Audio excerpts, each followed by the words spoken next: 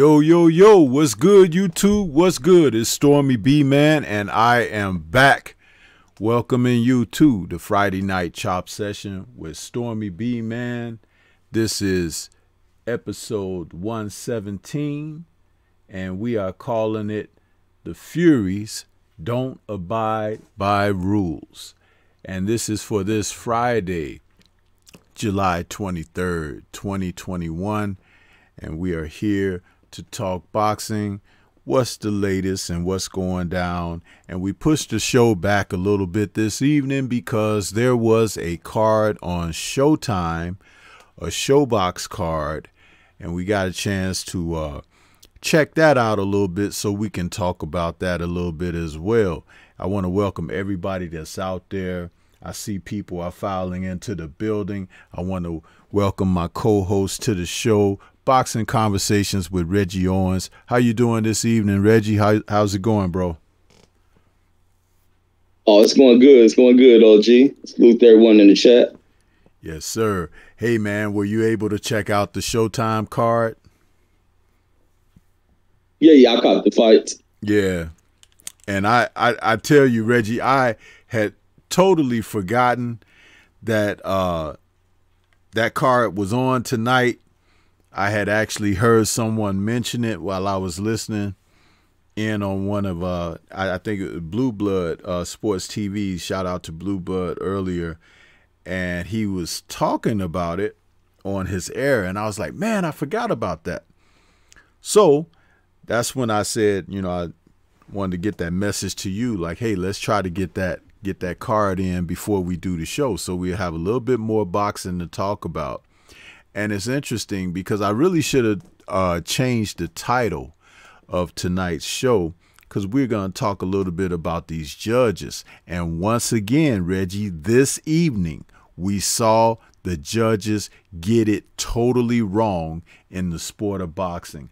Man, they need to knock this mess off, man. I don't know how we're going to make a huge impact to see it turn a corner, but we're definitely going to talk about that this evening. And if you would rather open up talking about that first before we get into the card, or you want to push it back and let us talk about the card first, I'll leave it up to you. Yeah, no, it doesn't matter to me. Okay. Well, yeah, let's talk about it, man, because we saw something this evening that goes right along with what we've been talking about when it comes down to these scrappy judges scoring these bouts, man. And it doesn't even have to be a major it doesn't even have to be a major fight or anything. We saw a case this evening where the second fight on the Showbox card between the welterweights, we had Shenard Bunch taking on Jamilson Figueroa Bocachia, which he's a guy that we've seen on Showbox a couple of times before, and he's been in some slugfests and he's been stopping guys. But tonight he ran into a fine boxing young man. I think they said he was only 22 years old. Shenard Bunch, man, this guy, Reggie, as I watched him, what a jab that young man had. And as he was, you know, securing rounds, he reminded me of a smaller version of Pinkland Thomas. The way he boxed, the way he moved, it was quite similar to Pinkland. And I think that if Pinkland saw him, he could probably definitely sign off on that. And there's no disrespect in that at all. The young man could box. He was handling himself well. He used great ring generalship, and these judges somehow turned this fight into a split decision draw. One judge had it for Bunch. Another judge had it, I think, by 2 points for Bocachia. and then the other judge had it even. What were they watching, Reggie? Because I had the fight. I had the fight 8 rounds to 2 for Bunch. Can you tell me your thoughts on this? Yeah, I thought it was bad scoring once again, and I even got to listen to kind of the corner commentary a little bit, and hearing Boca Chica's, I think it's his father who trained him, telling him he needs to pick it up. Like he's letting the fight go. You're losing the fight. I think it was maybe round 3 or maybe 4. Boca Chica didn't look like his normal self, to where he's willing to exchange punches. He was getting caught with a lot of stuff, and I think that kind of had him worried about getting hit on the other end with something. The guy Bunch fought very well. I think he had about 400 amateur fights, so he knows what he's in there doing. And this is probably the most difficult fight that Boca Chica had been in. And looking at it, would have thought this would have went to an easy decision by these judges, and they were all over the board, mixing these cards all over the place, catching the both fighters off guard, because I don't think Boca Chica thought he won. Father didn't think Boca Chica won. And it's just another one of the things that upsets the game, ruins the game. The fighter goes in here, put in this work. Coach put in the work with the fighter. They come with a plan. They see something that's working. They make the adjustments to continue to try to bank rounds. And you have judges who will sit there and pull this type of crap. There was also that judge that pulled the atrocious crap from the Charlo fight that spoke about their reasoning behind the judging, that poor judging that they went with. I don't know what half of these judges watch, or even if they are watching the fights. Yeah, man.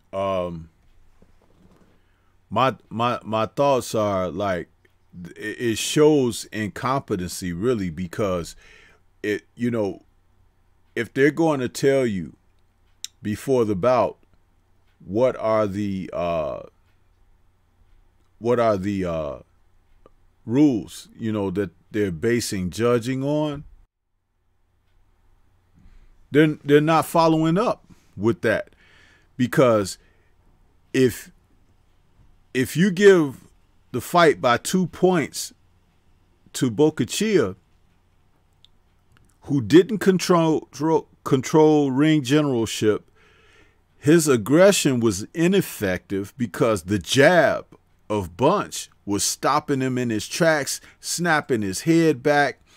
And when he would let loose or unleash any follow-up punches or combinations, you could see Boca Chica was like hesitant to kind of, he was hoping to catch him with something sneaky, you know, because he's a cunning guy like that. But this kid Bunch, Chenard, was a very skilled and technical fighter. He was very patient, Reggie. He showed a patience that you just don't see from young fighters like that. And he was setting traps. And so Boca Chica was like, you know, and off his last couple of fights, which I have managed to see and catch on Showbox, especially his last fight just a few months ago, where he was in a battle with a guy and trading and exchanging, but he was more powerful than the other opponent, and he was hoping to draw this man into something like that, but he couldn't, because every time he tried to do something to initiate that, he was met with a jab, a stiff jab in the mouth, a follow-up punch that would make him go on the defensive and be a little hesitant because the guy had pop on his shots as well. If a judge is giving these rounds to Boca Chica under these auspices, it's like he's incompetent because he doesn't know what he's looking at. How are you scoring it for the guy who's basically getting his head handed to him? And again, we're seeing it. The Charlo Castano fight. Here you have two men that are world champions, and they're coming together for undisputed. That alone should tell you, okay, as we're going through this fight, we have to be definitive about how we're scoring. And when we score a round, tuck it away and wait for the next round, because the objective here is to come away with an undisputed champion. No, they totally went left with that whole ordeal. One guy scored it way out of the pocket for Jamal Charlo, and the other two made it a one way for Castano, and then the third had it a draw. Where is the definitiveness in this? We need a winner, okay? You could have a bad decision by giving the decision to a guy who many people may have felt the other guy won the fight. But give us a decision overall and try to make it the best decision.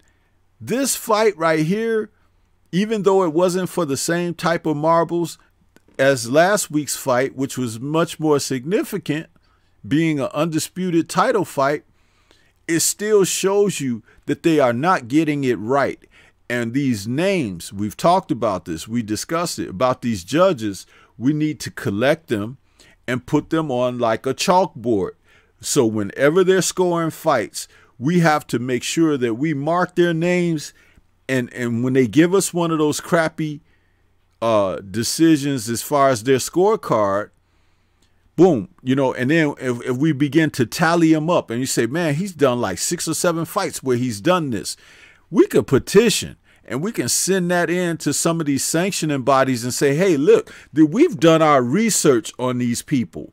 You need to find someone else, because this is either you're incompetent in your selection of committee, or you're outright blatantly corrupt.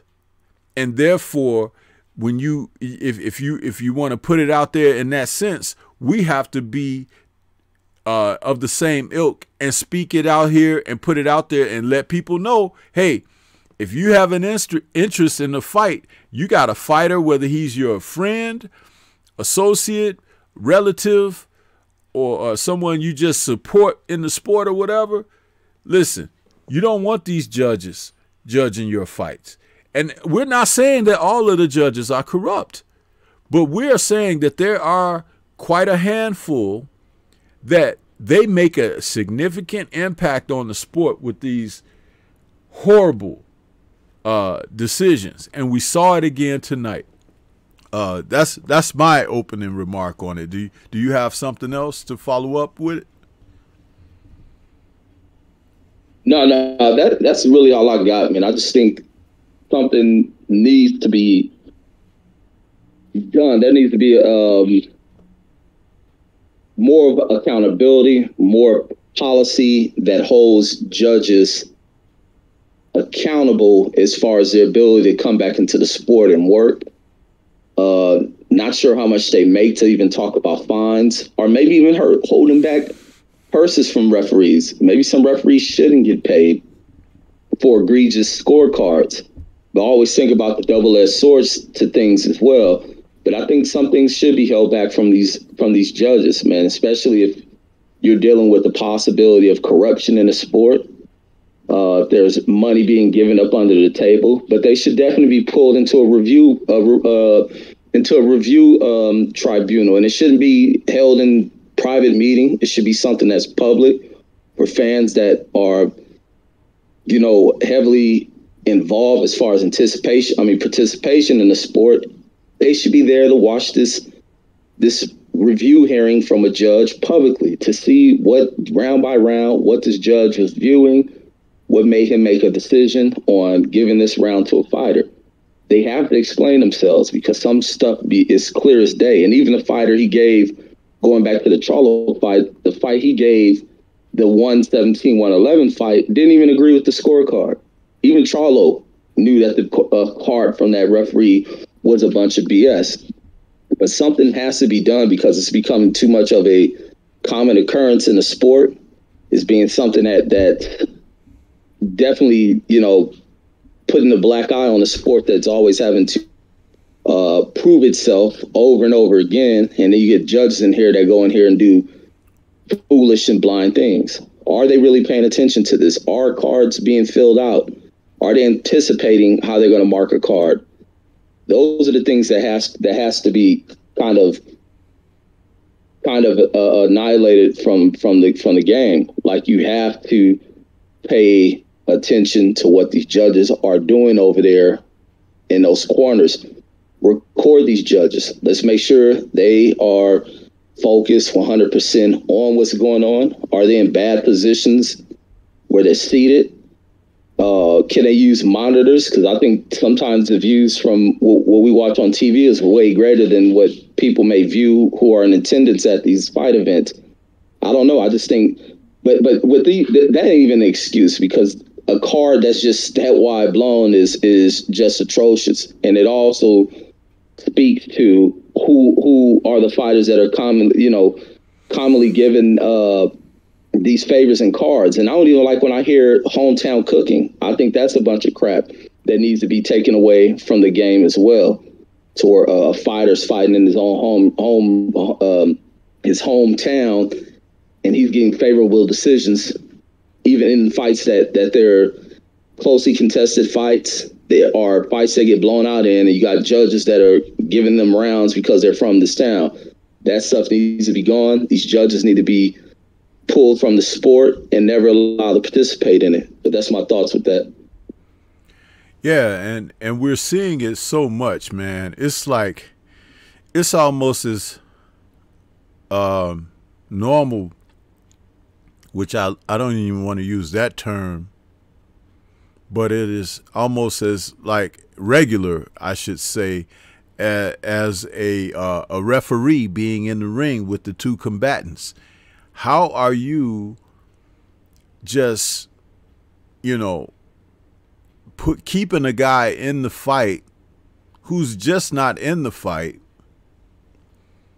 when they have, all types of adversity to overcome? Like tonight, we saw that Bocachia couldn't box, Reggie, or refused to box. He was so hell-bent on looking to try to secure a knockout that Shenard was able to take the play away from him by consistently beating him to the punch. He wasn't even the jab that Bunch was using. It wasn't even a jab like when you jab to score this and that. It was off time. It was on time. It was rhythmic. It was broken rhythm. He was using it in a variety of ways like a veteran fighter. And Bocachia he had no answer for that. So when you have a fighter who's clearly in waters that he has never tread before, you have to be able to recognize that if you're scoring the fight. I'm scoring the fight, looking at it, and I'm texting with people, and I'm saying, man, this kid can box. It's like he's, you see this jab? Everybody's saying, you see his jab? And I'm like, well, did the judges see the jab? Did they? Were they watching that? Or were they just looking to give guys rounds just because, okay, I'll give it this round this guy, this round that guy, this round this guy, and hope that at the end of the day, because you've given cards left and right to people undeservingly, or you haven't really paid attention to the actual scoring of a round, and then you end up with a decision like we got. I would like to make those judges who do that, penalize them and make them sit down in front of the fight and watch the fight over and make them score it right there. Watch the fight over and score it right there. With nobody in their ear, no audience or anything, not even listening to commentators or analysts. Make them sit there and study. And you tell me who won this round. You tell me who won that round. You know what I mean? Put their butts on the line for real, and you'll see that the incompetency, because it is obvious that they cannot tell the difference between effective aggressiveness, ring generalship, defense, fighters who can come back and take the play away from a guy, or a fighter who is starting to wither, or you can tell by his body language that he is giving in or submitting or whatever. They're not seeing any of that. They're just scoring and giving guys, the benefit of the doubt when there's a clean-cut situation happening here. You know, the thing about the fight with going back to last week's fight was that you've had, on a couple of occasions through the bout, each guy get hurt or in trouble or wobbled or whatever. And so quite naturally, you have to score that appropriately. But if nobody touched the canvas, you really don't have no business giving a 10-8 round if they didn't touch that canvas, unless they just took a total beat down from pillar to post for the entire round. And that did not happen, right? So it's like, what are you doing? Are you giving extra credit to somebody because they are losing? We have to call the question everything. This is not something that should go away. I mean, if we could get more of our brothers and sisters out here who produce content to zero in on this subject, I mean, we could strike a mighty blow. But it will take us all collectively, and not just, you know, you don't have to say it the way I say it the way you express it on your own, but understand that we are of the same mindset, that this type of corruption is really one of the major things that is hindering the sport. Imagine how many men have lost out on not only economic ascension, but it's like your record and everything. You got a draw on your record that you shouldn't even have.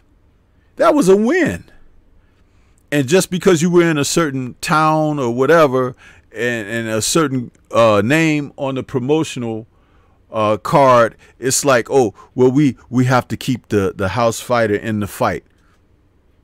Well, then why are we having these events at all? If it's just going to be so one-sided and you're going to be so much of a advocate of cheating and unfair play, why do we do this at all? Let's just not do it. Huh? You're scamming. And people have a right to fair play when they're paying their money, unless you want to call it a gypsy sport. Because remember, taking it back to the title of tonight's show, which I originally said was the Furies don't abide by rules. Remember, those men wanted to participate in the sport of boxing, but they also want to bend, circumvent, and break the rules. And they don't think that that applies to them. So if it's going to be this kind of like open door policy like that, then you got to say it for what it is. Don't try to act like, you know, there's some type of sanctity here, because it's not. And when you tune in on any given night, maybe somebody is going to do something unethical, or there's going to be some type of scamming taking place, but you have been forewarned. Tune in at your own discretion.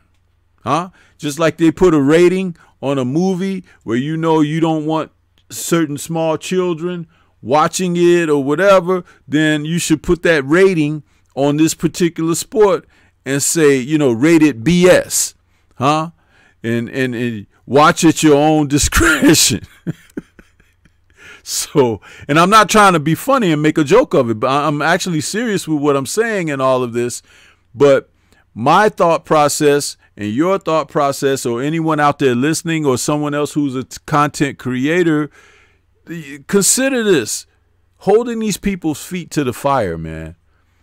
because the fighters at the end of the day, they put it on the line. Am I mad at or angry at Charlo? No. Am I mad or angry at Boca Chia for tonight? No. I'm angry at the judge who just imposed themselves on the fight without throwing a damn punch. And the other two men who were in there competing did their best on this given night and that given night. And that's all we could ask for. So, you know, but that's what I have to say on it, Reggie. Yeah, that's all I gotta say, man. Hopefully they bring that dang sorry judge back into a review of this fight. And I was listening to his excuses, him speaking about how different it is judging for them versus for a fan and a fight judge, being that fans sit there, they chat, they can be distracted. It was just a bunch of crappy type excuses, because some people ain't like those fans who sit there and talk with friends and drink while judges has to be completely focused all the time. Where he wasn't focused, and he's talking about focus. People who are drawn in a question weren't sitting up here chatting. Many people really focus and engage on the action in these fights. And I think he has some explaining to do. I think that commission in Texas got some decision to come up as far as what they do. This dude should be punished. There should be some repercussions behind it. But that's my thoughts on that. Yeah, man, absolutely. And I'm with you 100%. And because you know, you and I, we've talked about this how many times, Reggie? It's like we've watched and done so many shows where we talk about this whole thing, you know. And it's time for us to take it to another level, though. It really is. I mean, we have a voice now, you know, with the platforms that we have and whatnot. We have a voice, and we can be very impactful. And don't think like, you know, from a vengeful standpoint, but from the standpoint of trying to make our sport better. You know what I mean? Because it's like that's all we want to see at the end of the day. We want to see great matches, great matchups, and we want to see, you know, if something's going to a decision, we want to see fair play. We want to see people get it scored the right way. You know what I mean? So and that's important. So, you know, but those are my thoughts on it as well. I know that you kind of sound, I don't know, you're I don't know, you seem like you might not be so happy this evening. Are you okay?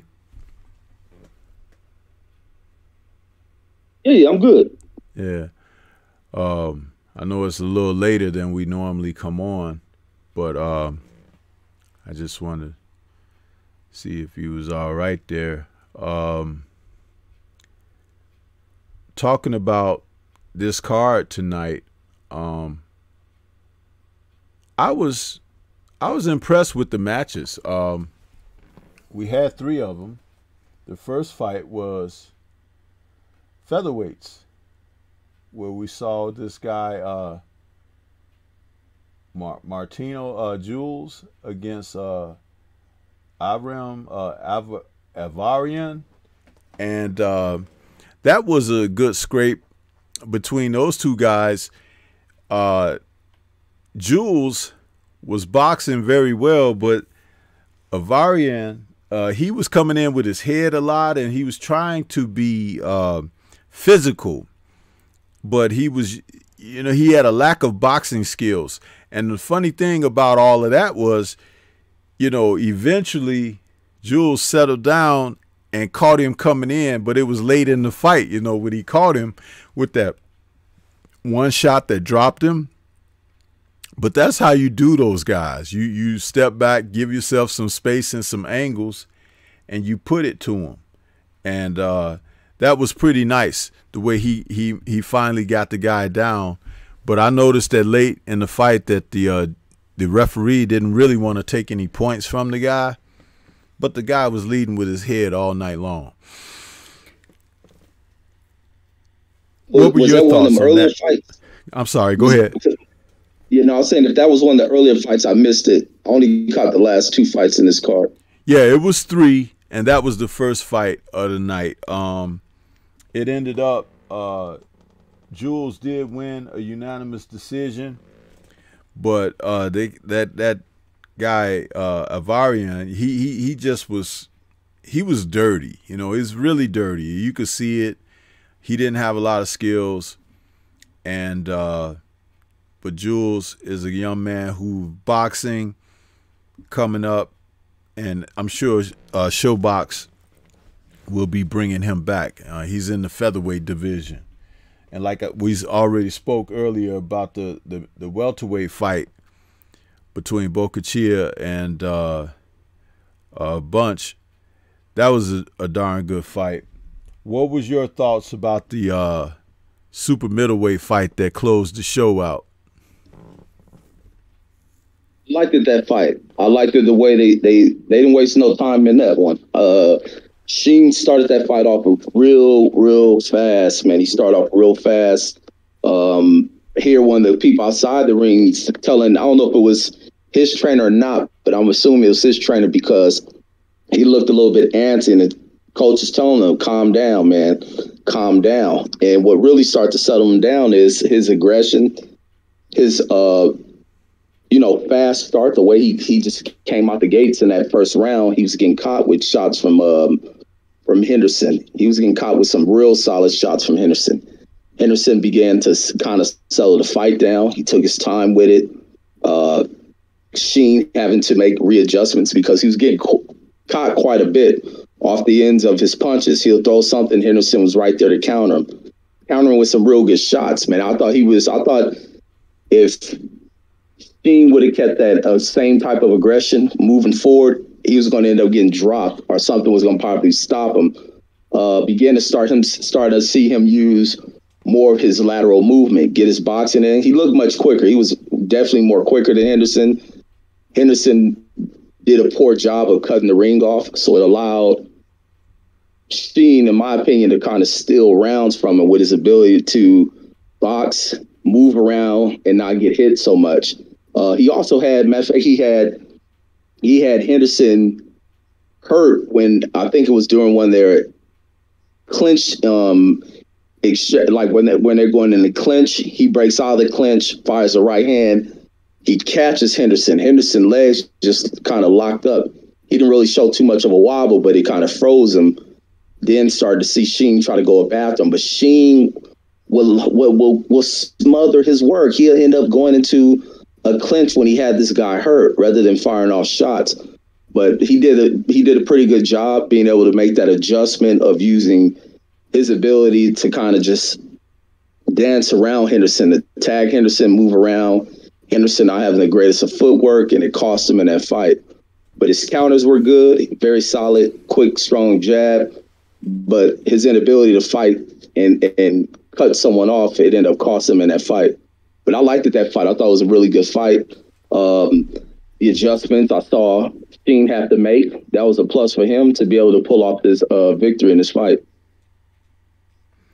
Do you think, Reggie, in that one round where Steen caught Henderson with that good right hand, and then he followed up with a left hook, and shortly after that, they was in some exchange, and then he got a little bit of headbutt clash of heads when they came together. But then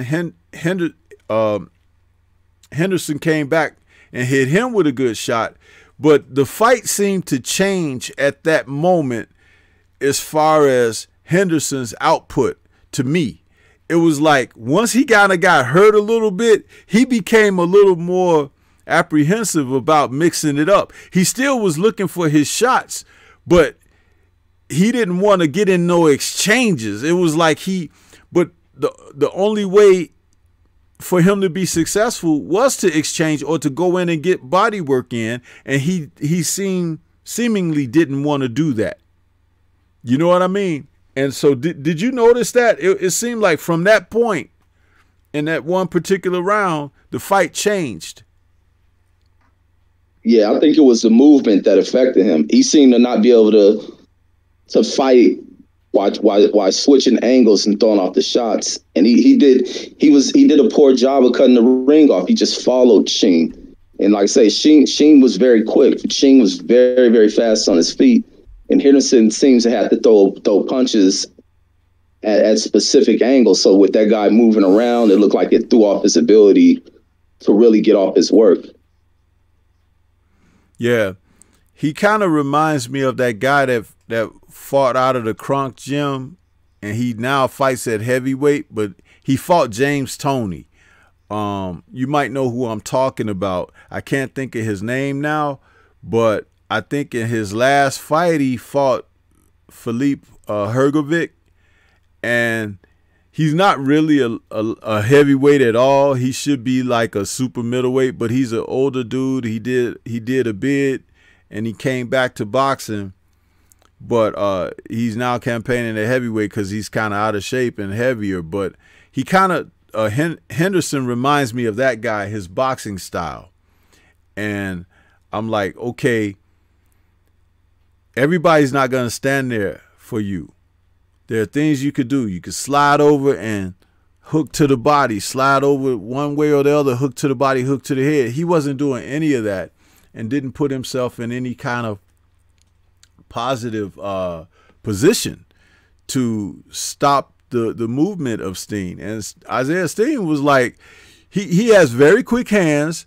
He has decent pop on his punches, but I think Reggie, he's kind of young too. He's going to have to learn to settle down on his punches, because I think once he learns how to do that, he's going to be more effective, you know, with his punches, because he has pop that can get something done, but you can't get that effective punching power in with being fleet of foot at the same time. You got to, one has to give way to another. And then as you get older in the ring, you don't want to be wasting all of that energy by moving like he was moving. He was going a lot faster than he needed to go. It comes a thing where you learn how to step around or step back or, you know, slide and things like that. That's what he's going to have to do. But overall, good performance by he got a decision out of it and everything. And whoever did his hair for the fight needs to do a better job of locking down his dreads, because they came loose after the first round. So, yeah, but it was a good night of boxing as far as Showbox. You know, Showbox, they said this was their 20th anniversary season and show. So it's like, you know, they mentioned some of the famous names, show clips of fighters. You know, and man, wasn't it nice to see some clips of the young Guillermo Rigondeaux, Reggie? Man. Oh, yeah. That dude was something else, man. And I don't mean to make it sound like I'm burying him, but what the sport has done to him is criminal. You know, he stopped that hype train. Well, it was a hype train at the time, but it's turned out that he's come back and become a much better veteran fighter. But the Nonito Donaire Express, Guillermo Rigondeaux stopped that. It came to a screeching halt when he crossed paths with Rigondeaux. And it seemed like HBO and the powers that be was like, forget this. We ain't going to promote this guy, you know. And funny that they show Rigondeaux and his highlight tonight, and then we see this kid Sharon Bunch, you know, because he can box, he's got good hand speed, he's got power and pop, and here they are, they froze him with a draw, and he deserved. Reggie, that man won. I scored it. He won 8 rounds to 2. And that's being nice to Janelson Bocachia, because he did not win more than 2 rounds. He did not. And for them to do that, you could see ideally what's going on in the sport of boxing is you use that as an example. Basically what they're telling you is they don't want these athletic, gifted, talented fighters to rule the sport. They don't. They keep someone else in the play by doing what like they did tonight. And that's unfair because, again, that's that consolation participation trophy thing that we talked about. It's like it's unfair. But as Marvin Hagler said, after they kept robbing him of his opportunities, man, he was like, from now on, these are going to be my judge and juror. And he started getting guys out of there, not leaving it up to the judges anymore. And so some of these young fighters need to take note. There's a reason why we talk about knowing your history a lot, because then you could see what map and blueprint you may need for yourself out there. So, but yeah, that's about it, Reggie, for the Showbox card. Unless you had something else that you wanted to offer on that. No, that's all I had on the Showbox. Yeah. So we're going to now move forward into a let's talk a little bit about something that took place today. We had the weigh-in, Reggie, for a heavyweight fight. No, it's not Fury and Wilder 3, but tomorrow afternoon and evening, depending on where you are, Joe Joyce returns to the ring to take on Carlos Takam. And this fight, Reggie, is supposed to be putting one of these gentlemen in position to be a #1 contender, challenger for one of the titles that Anthony Joshua is holding on to right now. And we know that Takam already faced Joshua, but Joyce is the juggernaut, and he is still gaining momentum as he treads along in his career. Gonna be an interesting fight because neither guy possesses, you know, flash like speed, right? But there's power behind these men, and Joe Joyce is touted as one of the best chins in the sport of boxing, let alone the heavyweight division. They had their weigh-in today, and the fight is tomorrow. It'll be broadcast on BT Sports. If any of you out there have streaming services or cable service or satellite that gives you BT, this fight will be broadcast on BT Sports. What are your thoughts on this one, Reggie? Man, I hope Takam could be at least competitive. In this one, I almost count him out going into this fight. I've been seeing some of his footage from Dewey Cooper, who also trains a lot of the mixed martial artists on their boxing. He's also a boxing trainer. So he's been releasing videos, working with Carlos Takam. Can see Carlos Takam been putting in the work. But what does he offer to keep Joe Joyce up off of him? I don't think too much, man. It's hard to stop this dude. I don't even think I've seen Joe Joyce really hurt. I know that Dubois was able to buzz him, but not once did it look like it was anything to finish this guy off. He's a super strong dude. I just don't know if Carlos can get in where he needs to be to even get off a shot. Man, this dude's jab is probably one of the hardest concussing jabs inside the heavyweight division. And he's improved. The speed on it looked much better when he went in there against Daniel Dubois. I can't even take that away. But Carlos is going to have to move. Carlos has to move, cannot sit in front of this guy. But how long can he keep that up? Because as big as Joe Joyce is still athletic. He's always in good shape. You don't see him fatigue. As big as that guy is in tip-top physical shape. He's going to keep moving forward.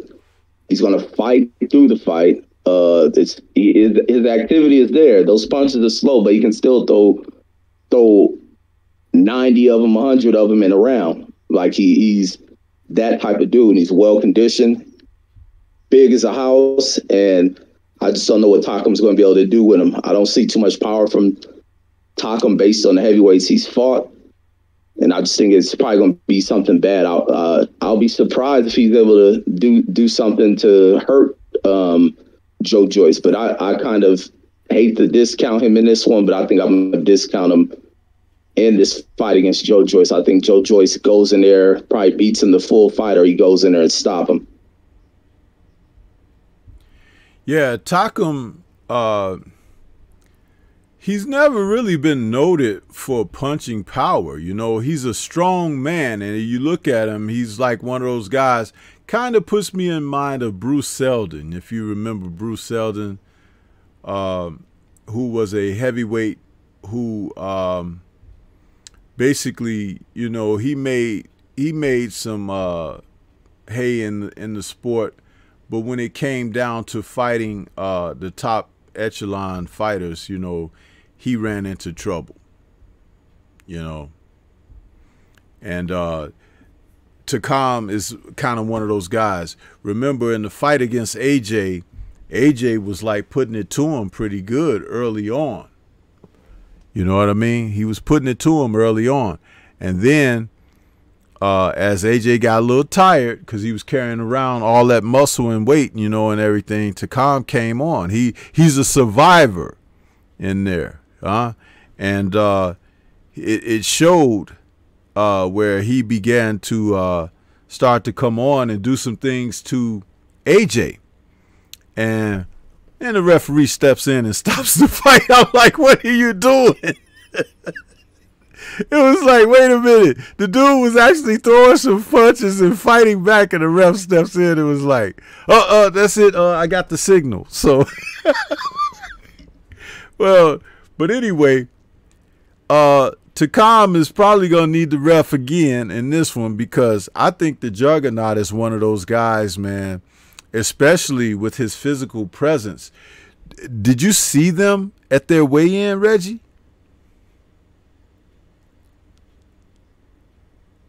No, I didn't catch the weigh-in.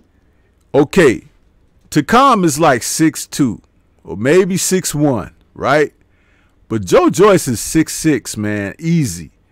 And they look like this in there, okay? And Joe Joyce, I mean, punching down at you with that pulverizing jab he got and bringing those shots up and under. I hope that Takam got a good chin, because he gonna get hit in this one, and neither guy is like that mobile. But I will say this about Joyce, man, he's athletic. It's a difference between being mobile and being athletic. And when he has his victories in his fights, he does that little somersault, like spinning kick from martial arts. Yeah. And you have to have some ability to do that. I used to could do that when I was like 16. I can't do it no more. I never kept that stuff up. But when I was, you know, doing that back then, and that's a great move too. But yeah, he could do that. So he's agile, you know. He's agile. So even if Takam try to like move around and get away from him, the Juggernaut gonna still be there, like the incredible what's that guy that always coming after you in the horror movies, and you think you got him, but he still keep coming? That's Joe Joyce.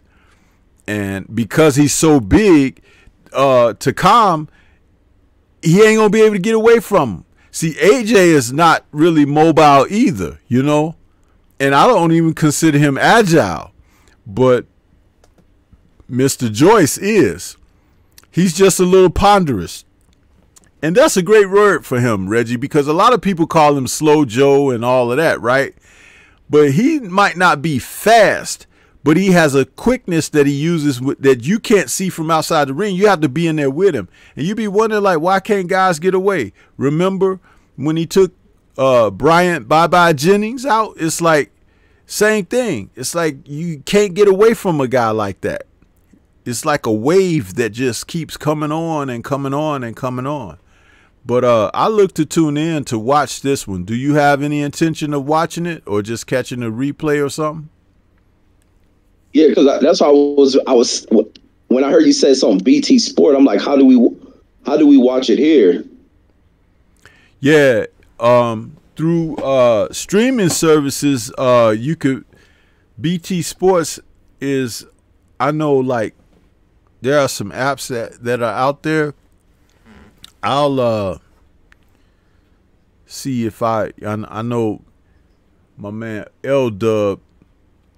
He usually has a way that, you know, he could pass on how we could check it out. So I'll hit him up early.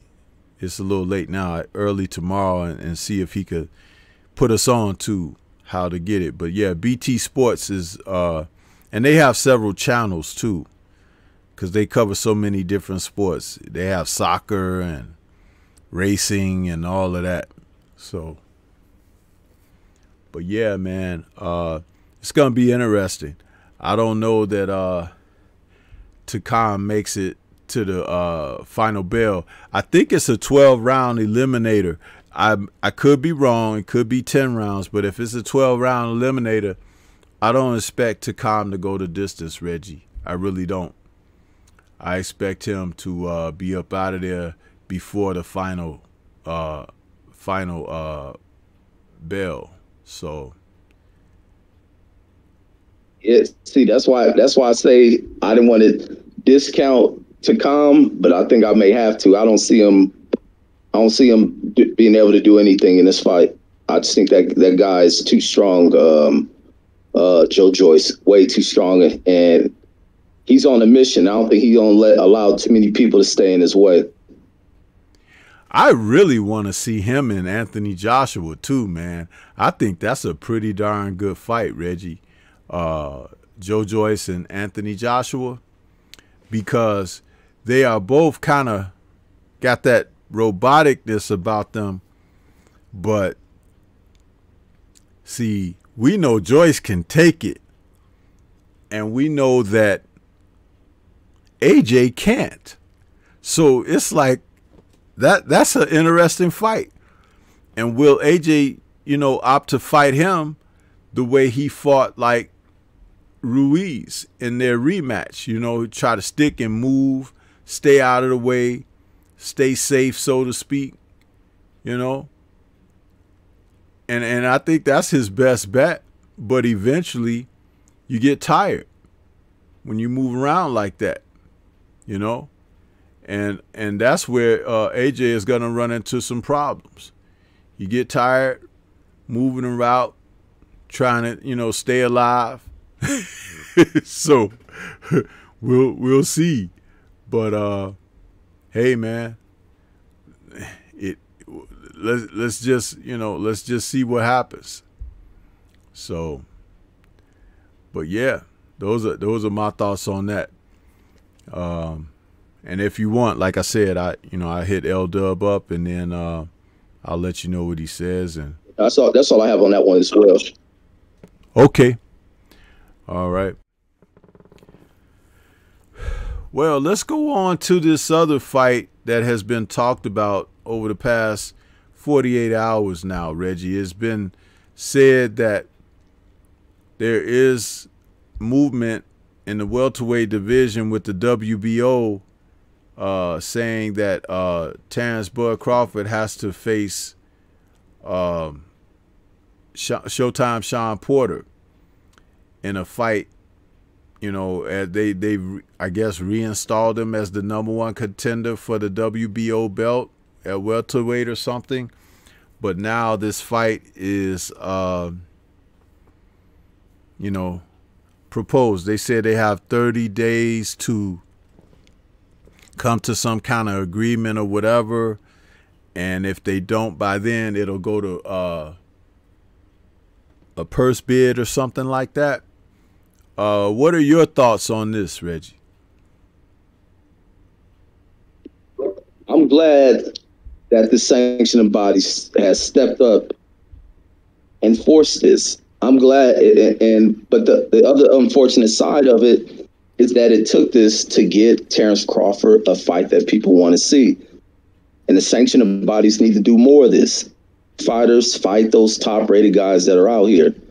Add value to the belt. Because the other sad thing on Terrence Crawford is the dude that he has chose to represent him, who ain't worth crap. Bob Arum's a scumbag. And he's deliberately done things to sabotage this dude as far as legacy, his value to the sport, name recognition, and all that. Bob Arum has deliberately destroyed that. And Terrence Crawford sat over there too long. Has he secured himself financially? Yeah, I think he has. But then again, has he really? Because he hasn't been active enough. They've given you guaranteed checks for one fight a year. That ain't too big of a dent. You should have been fighting 2 and 3 times within a calendar year to maximize what your deal was over there. Or Bob Arum can push it to ensure that you're not maximizing that deal by acting like he can't get you fights. He won't get you fights. And now it takes a sanctioning body to push the order. So was the deal really worth it?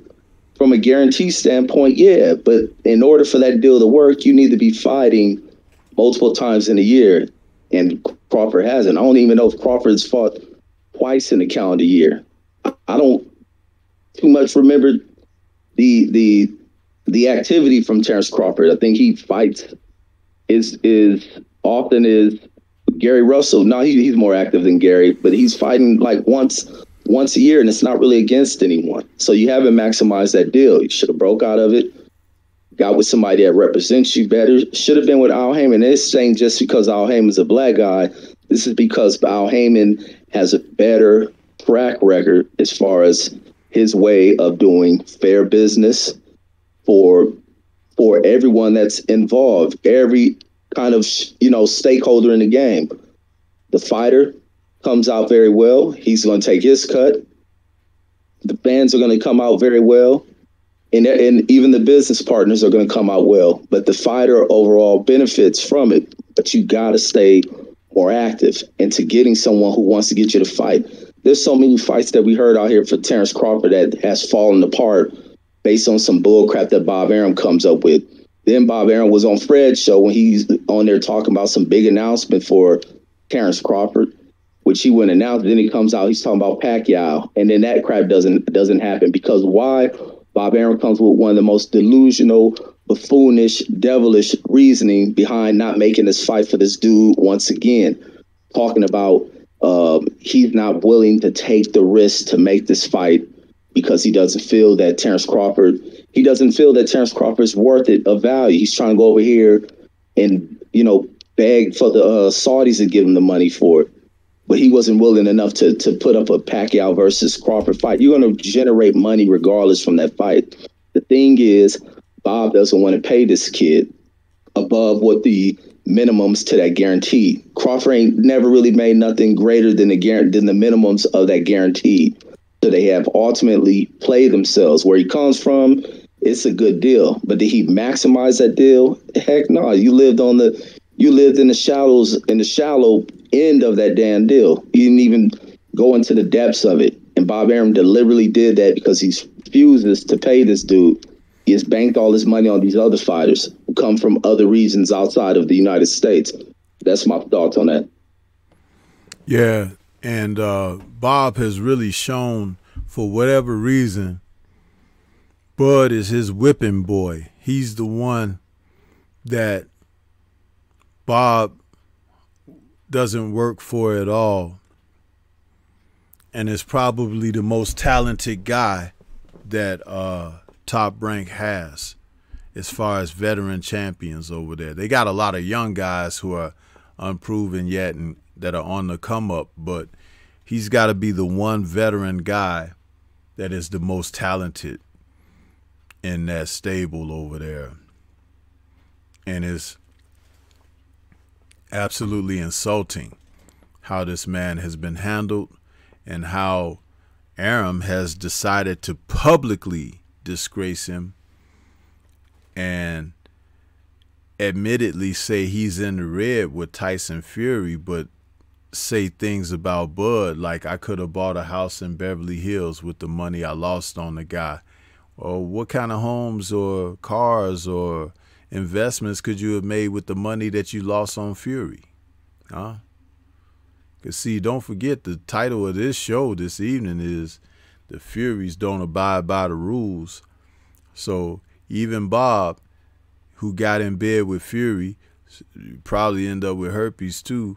But anyway, he got in bed with Fury, and all the things he's done, including the fact that the man pulled out of this fight that was supposed to be taking place tomorrow night, causing everybody all types of economic woe. Where's Bob's outrage on that?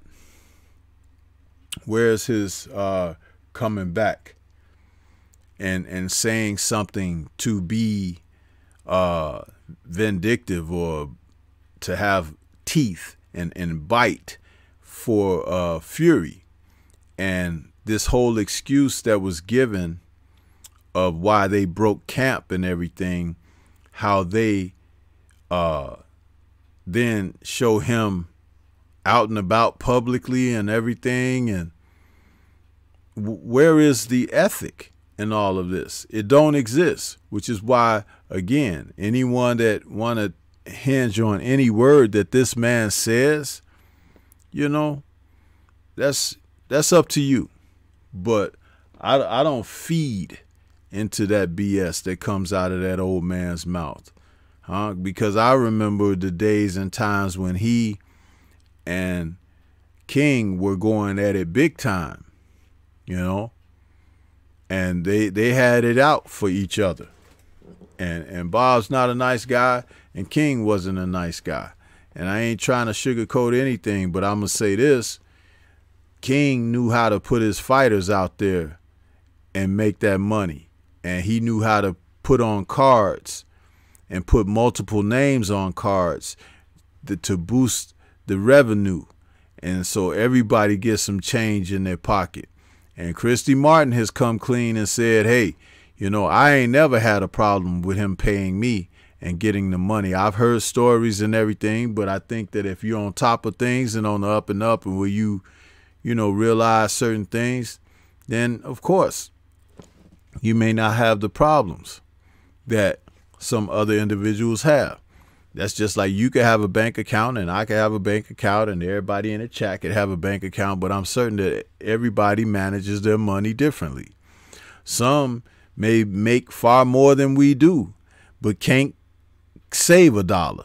And then some who make very little can stash away a gold mine. So it really comes down to how you handle yourself economically and everything. But Bob, he's done a horrendous job with Mr. Crawford publicly, and it's been very disrespectful.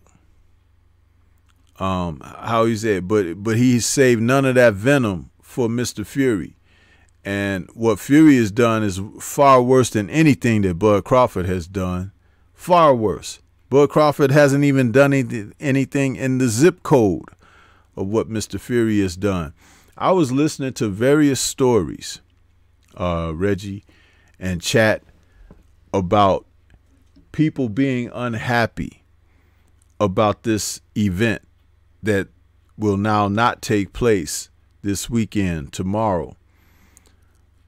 You know, from money that was set aside, from the opportunity to attend during the summer, because families take vacations. Excuse me. Families take vacations. Kids are out of school. People can generally move around a little bit, you know, better during times like this. And then also with things opening up a little bit, or having opened up where it looks like things might shut down again. And it's like, this was an opportunity, a golden opportunity. And this man shat on all of that and on everyone. And some people don't make the type of money that would, you know, this would be a write-off for them or something like that. Some people were saving up when, you know, when they knew that this was going to be a possibility of the event taking place. People were saving up and putting money to the side, and they's like, hey man, if I see one fight this year, this is the one that I want to go and see. And here this fool is, and he do what he does. It's ridiculous, you know. And to hear Bob Arum say the things he said about Bud Crawford, how does that compare? It just doesn't. And he looks like a fool saying those things. It's why I'm very dismissive of the guy. You know, he's a senior citizen who need to go sit his butt down somewhere. It's over, huh? It's over. You done had your day. Pass that baton and that company on to some other people, or sell the company, you know, because your day is done, dude. You sitting up there and you just in the way, and you interfering with other personalities in the sport who try to get deals done and stuff. Here he is. This Teofimo Lopez thing, Reggie, I told you he was going to do that. And you were telling me, you say, no, B, I don't think so. I think they're going to, man, they doing it. And you saw, I put a, huh? I said you was absolutely right when you said that. And yeah. I'm like, damn. And I said it way before we got to this point, didn't I? Yeah, you said it a long time ago. Yeah, I was like, man, they're going to do this because it's like, if anybody out there this week, I did a video about a serpent with two heads, and I won't go into it here. I give you the opportunity and go and check the video out for yourself. If you've seen it, it's like, dude, this man that we're talking about, Mr. Arum, he played people like a violin, bro. And he's always got his hands in some stuff. And, you know, he comes across as non-threatening, right? Because he's an old guy. He's been in the sport a long time, so he's respected from that point of view and everything. But let me not rule out for anybody listening out there, this man stole Muhammad Ali's promotional company. He stole it from him. Bob Arum. And that what you see as Top Rank Boxing today was Muhammad Ali's promotional company way back in the late 60s, man. And he stole it and renamed it Top Rank. Ali gave him his opportunity in the sport, and this is what he did to the champ. Sound familiar? When you give these guys chances and opportunities and what they do to you, huh? There's 1,000,001 stories about these people taking advantage of us and never having to pay recompense. But it's a new day. Things are starting to turn. But you have to call it like it is. That's why I'm calling for him to go sit his butt down somewhere. He don't need to be in the sport anymore. And if you think that people like Hearn and their group or whatever is anything better, no, it's more of the same. It's more of the same. But the thing you don't have to do is you don't have to support that. The fighters don't have to support it. Look at how they try to go after Al Heyman, who basically is what? Al Heyman is in the dark. You don't see him. He ain't got cameras and microphones in front of his face all the time. You don't even know what the man's voice sound like. You know what I mean? But they talk about him like he is the worst person in boxing. Why? Because he's helped young men put themselves in a position financially to be their own boss and to manage their own finances. And if it does come crumbling down, it's on them as individuals. They set up their own platforms and their own companies, and they can promote themselves. They can go out there, and a great deal of the revenue comes back to them, not to a guy who don't work for you, who don't put it on the line for you, who don't promote you doing the simplest job, which is the promoter. So you might as well be promoting yourself. You're living in a time and place where you have things like what we have now with social media, and you can do so much for your own brand. Look at the brother Tay Jones. Shout out to Tay Jones out there. He's got his YouTube channel up and running, and man, he's on fire. He's doing some great stuff. You know what I mean? And people are drawn to him. He's a professional fighter. He's doing his own thing, and he's got other things going on as well. But there was a time when those kind of avenues weren't necessarily available to you. So bringing it back to Bud Crawford, it's like, man, why would you continue to stay up under the umbrella of someone who ain't operating with your best interests at heart? You could have long money and your health and well-being and everything and your dignity. But under this man has tried to ruin you, both in the ring and outside the ring. Ridiculous. It's just totally ridiculous. So yeah, I would like to see this fight take place between Terrence Bud Crawford and Showtime Shawn Porter, but not for the same reasons that everybody else might be thinking. I think it's definitely a quality fight, a quality matchup, but what happens in this fight will tell you a lot about what's happening with the state of boxing. If Bud Crawford really wants to send a message, he go out there and beat this man. Huh? If Shawn Porter wants to send a message, he go out there and beat this man. Now, with that being on the table right there, that's enough right there to make it a pretty darn good fight. Wouldn't you say, Reggie? Absolutely. So, but yeah, that's my thought on that one. If you have anything that you want to say or anything that I commented and you want to follow up on it or bring what you have to say or your position, please do so, because it, you know, I just don't. Aram is like horrible for the sport. So is Ed Hearn and Matchroom. But these guys need to wake up, man.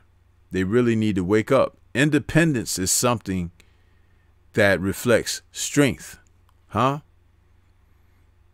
When you got an overseer, then you're not operating from the vantage of strength. Yeah, I just want to see when Bob Arum is removed or pushed about the sport, when he can no longer sign a potential superstar, or none of the stars are willing to fight him, man. And back to like what you're bringing up a while ago, what you spoke about, Teofimo pulling the fast one on Thriller and Kambosos and come with this COVID thing. And that right there should even be forced. I think Tio's trying to duck up out of that fight because of, to be honest, I think he fears this guy Kambosos. I think the confidence of that dude Kambosos has this guy a little bit worried, and therefore he's trying to go about reneging on that fight that he had with him. What better thing to do than go into this Lomachenko thing? Either you win or loss. The blow from a loss ain't from Lomachenko will be much of a softer bump than the loss going in here against an unknown guy in Kambosos. Kambosos' confidence is at ultimate high, and hopefully Kambosos does everything legally to stop them from doing that. But that's crazy that you call that they'll pull this type of crap. And the Lopez's are all over the dang place. These are some of the most, I don't know, some of the most unprofessional type people that you have. First, you go out here going to, work deals because you feel you need to get paid more. You pull that. Now, ultimately, you're going to have to probably pay back that money to this company to run right back to Bobby Earl to get yourself in some other type of deal. Watch the type of crap they caught on camera, what they try to do with Devin Haney. They're going to almost put themselves in a position to where nobody wants to work with the Lopez's. So therefore, nobody's going to fight them, because you can't have fighters that go against the word on what they state they're going to do. Just like he should have been fighting. He could have been fighting Devin Haney. You chose to go with a mandatory option and Kambosos. Kambosos showing they ain't got no fear of you. You mess around, you do the same stupid thing to get yourself contaminated with the virus, same way Tyson Fury did. But it's probably more of you're using that virus excuse, or even being around in conditions to catch it, or some team member to catch it to get yourself out of fights. But these dudes are just suckers over there at Top Rank, and hopefully that kid Jared Anderson gets the heck up out of here. It's going to be no different. Early in a fighter's career, yeah, you can use Top Rank for a benefit. You can benefit off the Top Rank, but ultimately you need to get the heck up out of there. But that's my thoughts on that. Yeah, and to use this medical situation as an excuse is really absurd, and it's disrespectful, contingent on people who have really suffered and have lost loved ones and everything due to this. And the whole thing about it is you could see the play now, that there are people who have been opportunists, Garcia, Lopez, Fury. These men have taken something very crucial, and understand the blueprint, Reggie, because it mirrors one another. Who is Fury with, American-wise, on the American shores? He's with Top Rank. Fury has used mental health, and he's now also used this plague. And the thing is, Lopez used it as well. And they both used it for the same purposes. And that's to be evasive and to not honor their obligations. Yes, I agree with you that Lopez had trepidation when it came down to Kambosos. Whatever it was, whether he saw something when he looked in his eyes when they had that face off, or whether, boxing, and I said this when you and I spoke about this the last time about that fight maybe not happening, and you was like, no, I don't think he'll be able to get out of it. And I said this, I said, in boxing circles, there are access that people have, spies in the gyms and stuff like that.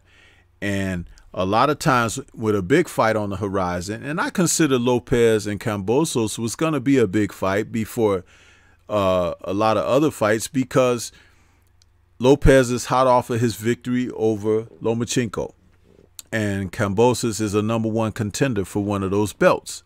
So that means he's defending against a live dog. Well, he may have gotten word that, man, T.O., this dude over here is training like a son of a gun. He's doing stuff he hadn't been doing. He's like really dedicated and focused. And what's one of the ways to level that playing field? Suffer an injury, especially one that you can't prove isn't legitimate. A soft tissue injury or something like that. Remember when Fury was supposed to fight Klitschko in their rematch, he came up with an ankle injury. Said he was out running and stepped in a hole or something and twisted his ankle really bad. Fights off just like that. Never fought him again. But this man, he dare use the circumstances of a global situation as his excuse. But now, with social media, and they could catch right up to you, think about it, Reggie. What happened? They caught him. He was overseas in Italy or whatever, right? On holiday with his lady and everything.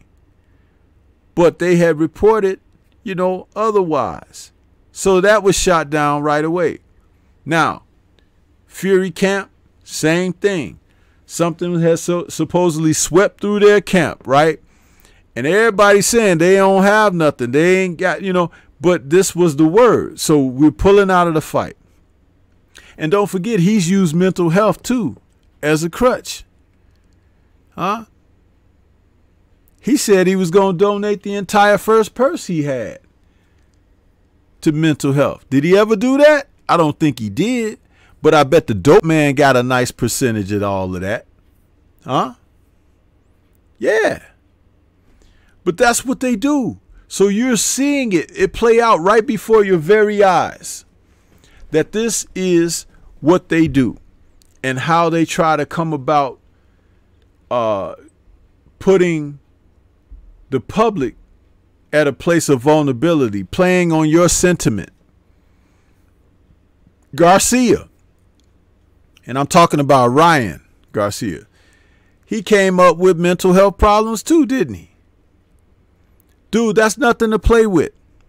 All of a sudden, when it comes down to you got to face a tough opponent, now your health and well-being is stopping it from taking place.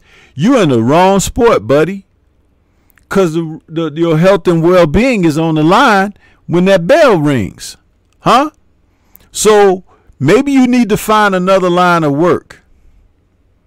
And when you have those millions invested like Mr. Fury does, maybe you need, like Wilder said, to pay back 7 times over what you stole.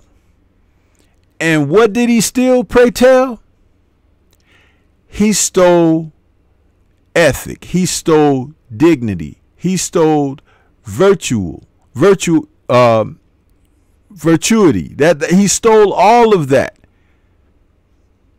and made a mockery of all of us and the man who granted him opportunity.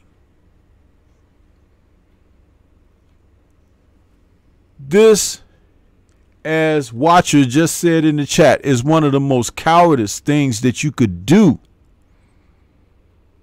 When someone lifts you up out of the mud and you're a thankless individual. Matter of fact, after you cleared the mud, you turn around and you kick them in it and keep on going down the street. That's the equivalent of what he's done. So this fight poster that I put on the screen here that says that Saturday, October 9th at T-Mobile Arena in Las Vegas, tickets are available. Don't you believe that? Don't you believe that? This is a man who behaved during the entire arbitration. And let's not forget, they tried to go on as if the arbitration wasn't even happening, right? Talking about making deals elsewhere and whatnot. But they went ahead, and when the ruling came down, the ruling basically stated, hey, you either fight this third match here with this gentleman or you retire. So he pretend like he's going to fight the match. Then 16 days before he pulls out. No dignity, no ethics. And how about this? The reason that he gave you for pulling out. has been shot full of holes. Where's old media talking about that? They're not. We've had members of old media come right on the platforms here with us and say, hey, man, this is what it is. It's that WP.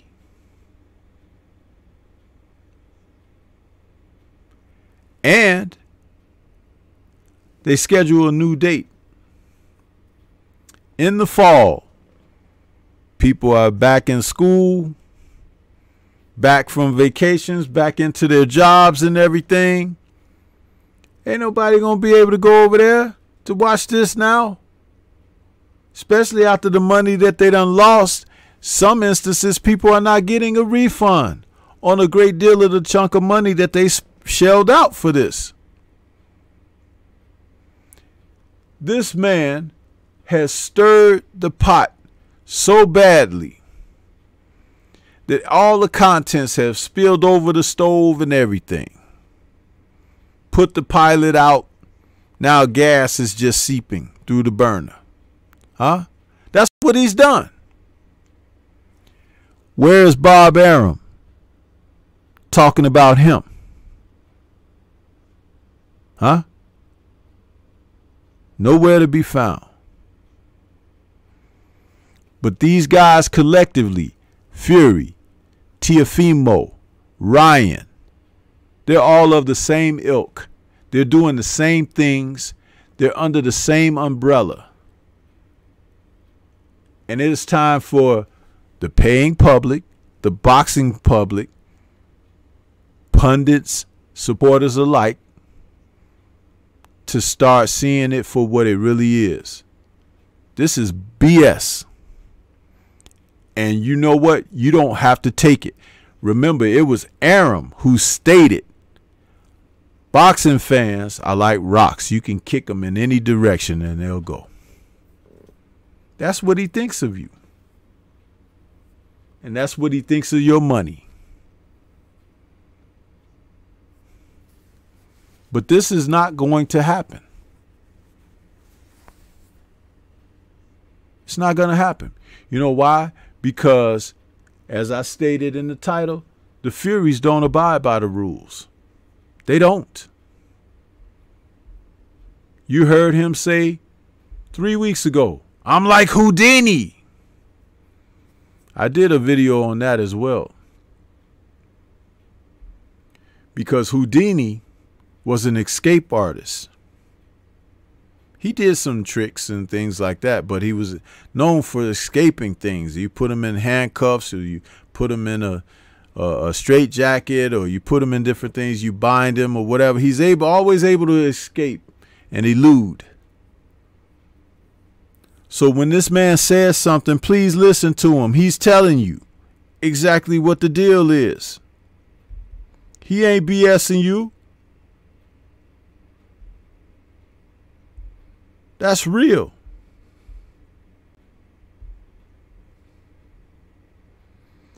Funny how he could come over here and absorb so much of this culture, but take advantage of it at the same time. Basically putting you and your nuts in a bind because he knows how to manipulate the system. And nobody says a thing. Remember the antics and the acting out and all of that. That's basically like pull a wool over your eyes, but then gonna hit you in the head with a 2x4 while you can't see. This is exactly what it is. And you should hold people like he, Garcia, and Lopez accountable for everything that they do and say. Because think about it. If the sport goes down this direction, Lopez was supposed to fight Devin Haney. Lomachenko was supposed to fight Devin Haney. They've avoided. Santa Cruz was supposed to fight Gary Russell Jr. They've avoided. Huh? Triple G was supposed to fight Andrade or Charlo. Canelo was supposed to fight Andrade or Charlo. Either of the Charlo brothers, because they were down there in the same weight classes. And it was Canelo who escaped the weight classes to avoid that. Nobody speaks a word about that. Nobody is talking about this. Nobody is saying, hey, you're running. Hey, you're avoiding. And it's growing and growing and growing.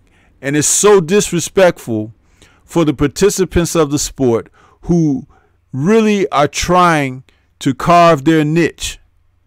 They don't want you to have legacy. They don't want you to have a baton passed to you like other greats in the past, because they're sick of seeing your numbers.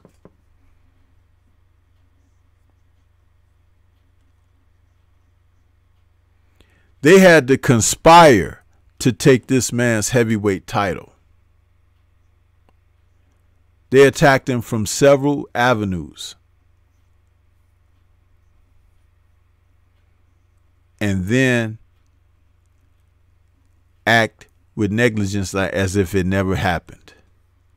Be totally dismissive.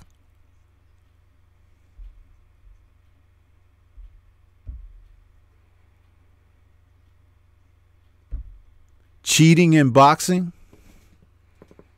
Most certainly.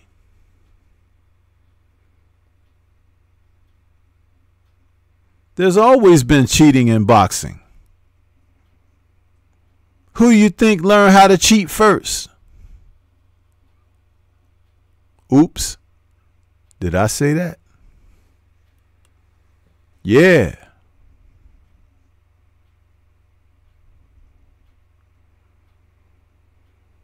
And a lot of times when they can get one of your own to sell you out, that's how it happens, people.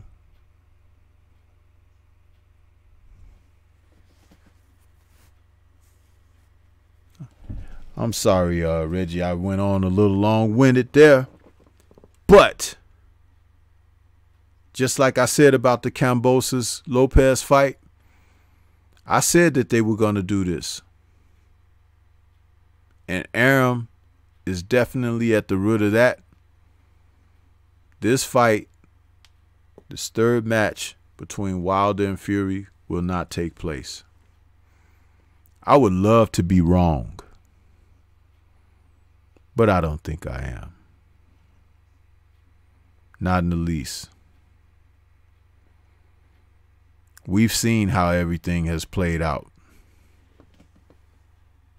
This is what they do.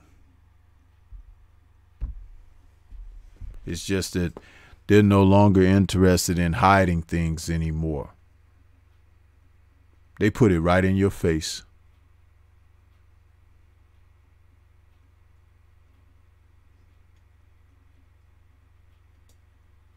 They put it right in your face.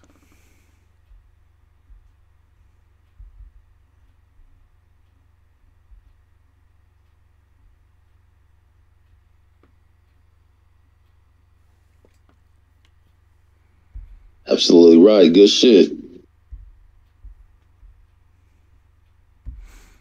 Yeah, man, because it's, you know, I was talking with Scrapbook Boxing, and he was telling this story of in days of the past, fighters traveling to cities, you know, not cities all the time, but sometimes just traveling in certain parts of the country. You know, it's horse and wagon. And guys would have to have knapsacks over their heads so you couldn't see who they were. And you get to a certain area where a fight that they're being brought to is supposed to take place, and you see bodies swinging from tree limbs, castrations, all types of mutilations. Some of these were fighters. And the story goes, you don't know if those were fighters who won fights that they weren't supposed to win, or if they lost fights that they were supposed to lose. Think about that for a moment. How do you stand a chance? You're in the ring. You're facing someone. A portion of the ring is submerged in a swamp. And they're keeping you on that end of the ring. You're fighting and battling the elements of the environment and the opponent and the hostile crowd. Other times you're in the ring and you can't go near the ropes because they're hitting you in the leg with metal pipes and wooden sticks to keep you in the center of the ring, to make sure you're staying in the heat of the battle.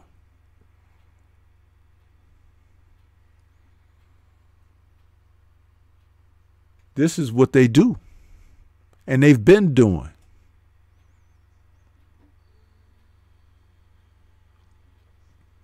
And people don't want to talk about it. People don't want to hear it. You think Larry Merchant and Jim Lampley don't know these things?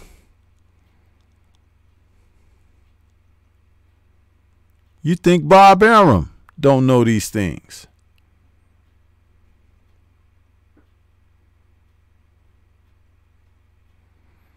You think Matchroom and Ed and Mr. Hearn over there don't know these things? Wasn't it Mr. Hearn that just said a couple years ago, there was a time when we didn't even have to call these people sir and Mr. He said that not as like updating or saying something of how times have changed. He said it with trepidation, like, I don't like the fact that we have to do this.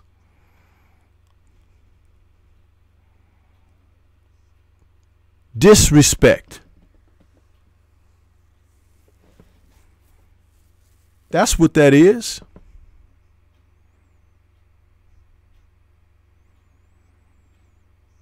When one of you are knocking out one of their champions and they're cutting the cameras off.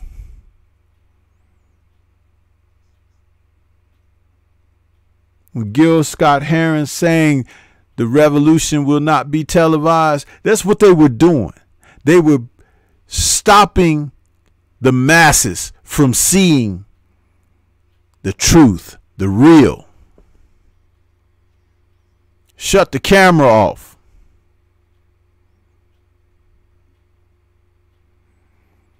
What happened in the locker room of Tyson Fury and Deontay Wilder 2 before the ring walk? They turned the camera off. But this time it wasn't so you couldn't see the action in the ring. It was so you couldn't see what they were doing before they went to the ring. Funny how history has a way of repeating itself, especially when you don't pay attention to it.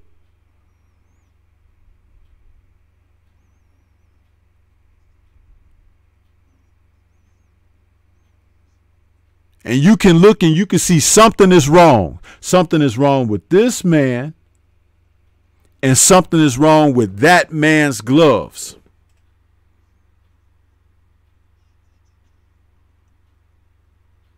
But they don't speak a word about it. Ridicule you. And tell you you're full of it. You're just jealous. He just lost.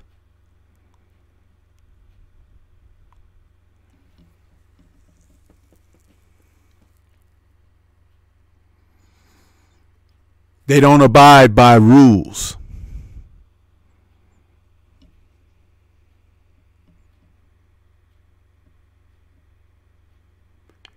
If they can get your own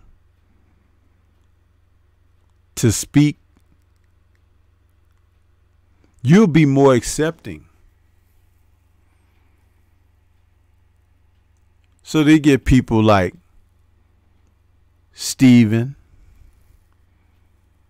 Tim, and Andre, and a whole assortment of others who don't even have nothing to do with the sport to speak ill and negatively. That's how this works.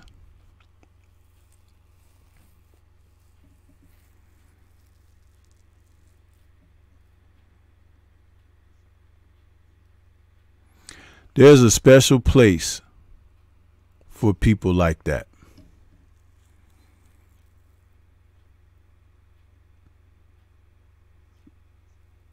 And I look forward to the day to see them arrive at that point. Because there's nothing worse than one of your own doing a number on you.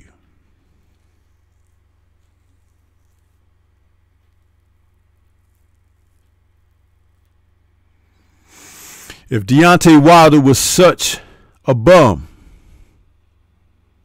can't box, and all of this, right? Why does this guy have to go through several different trainers?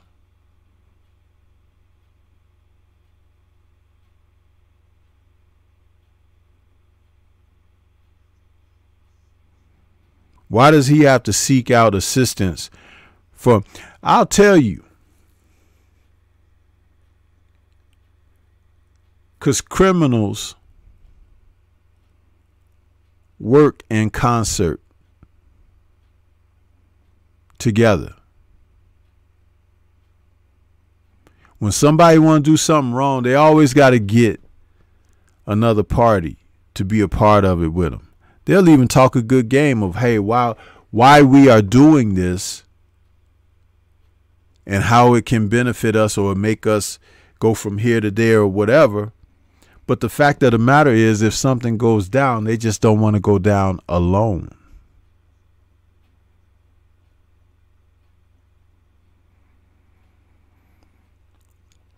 Sugar Hill should be ashamed of himself. I don't know how he can look himself in the mirror every day unless he doesn't.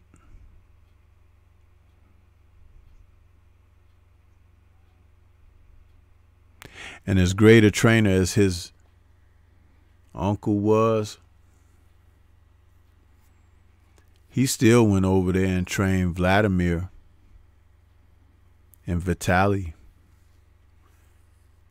teaching them the tricks and tools of the trade to beat us up.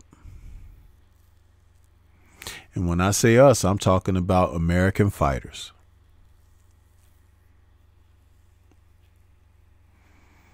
If the Brits don't do anything, they stick together, right?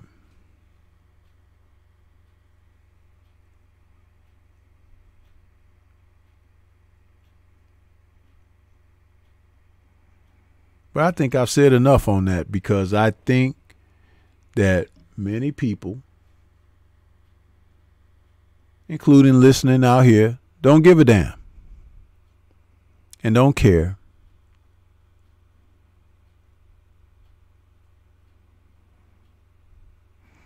You guys will go and crack open a cold one and throw it back, and tomorrow you'll be back out there making Deontay Wilder diss videos and Stormybman diss videos and everything like that. But never soak in the real truth about how damning you are. Because you can see these things and don't care.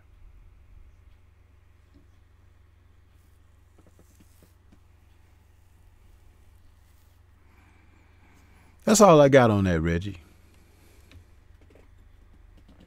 Yeah, no, you cook good on it, man. I ain't got too much to touch on it, man. Except I'm a little heated that tomorrow we don't get to watch this fight. Got to put it off. But like you say, these guys get to create their own rules. But then again, these black fighters need to learn how to put themselves in position as well to counter that, because it's still nothing, regardless of anything any of these people do. You can't keep a black man down. And that's just an honest to God opinion. Sometimes black folks need to learn when their position is their position of control. And when you have it, all this bullcrap Fury's doing, it's going to do nothing for him. Ultimately, when it comes down, the stories of his chapter is closed, he's forgotten about. There's nothing memorable about Tyson Fury. There's nothing memorable about Great White Hypes. It's nothing memorable about any people of privilege. They're irrelevant to life, and that's why they continuously do ish against people who are of some sort of relevance. We've seen Eddie Hearn was the first one to come with these level attacks. It's done nothing for him as he watched his guy continuously grow. I mean, it's nothing you can do. You just got to understand your power. Stop relying on whether or not white folks gonna like you or not. Find your relevance in yourself. Continue to push forward. But that's my thoughts on it. You know, it was going to be a monumental event tomorrow. Monumental in the sense of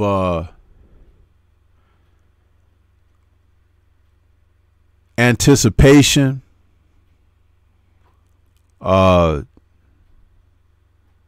revenge, diligence, vigilance.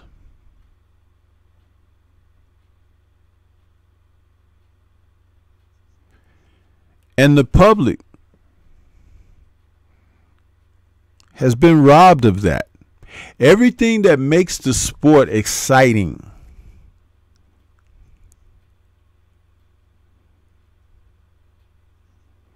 drama, a tale, a subplot,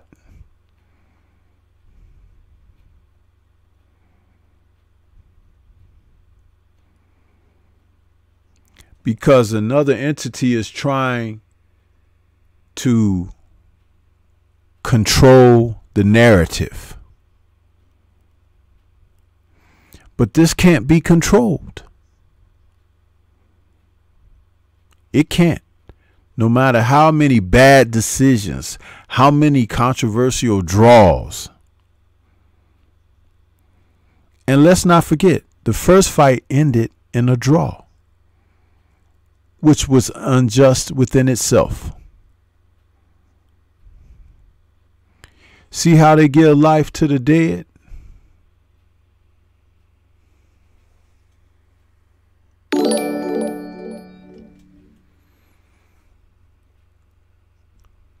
Salute to Demetrius Bright out there. Says, strong historic message tonight, remembering the injustices and unfairness we have been forced to deal with for centuries. Absolutely 1000%.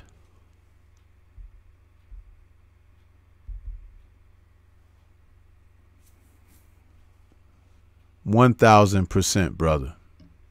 And thank you, Demetrius Bright, for your donation to the show and the channel. We appreciate you.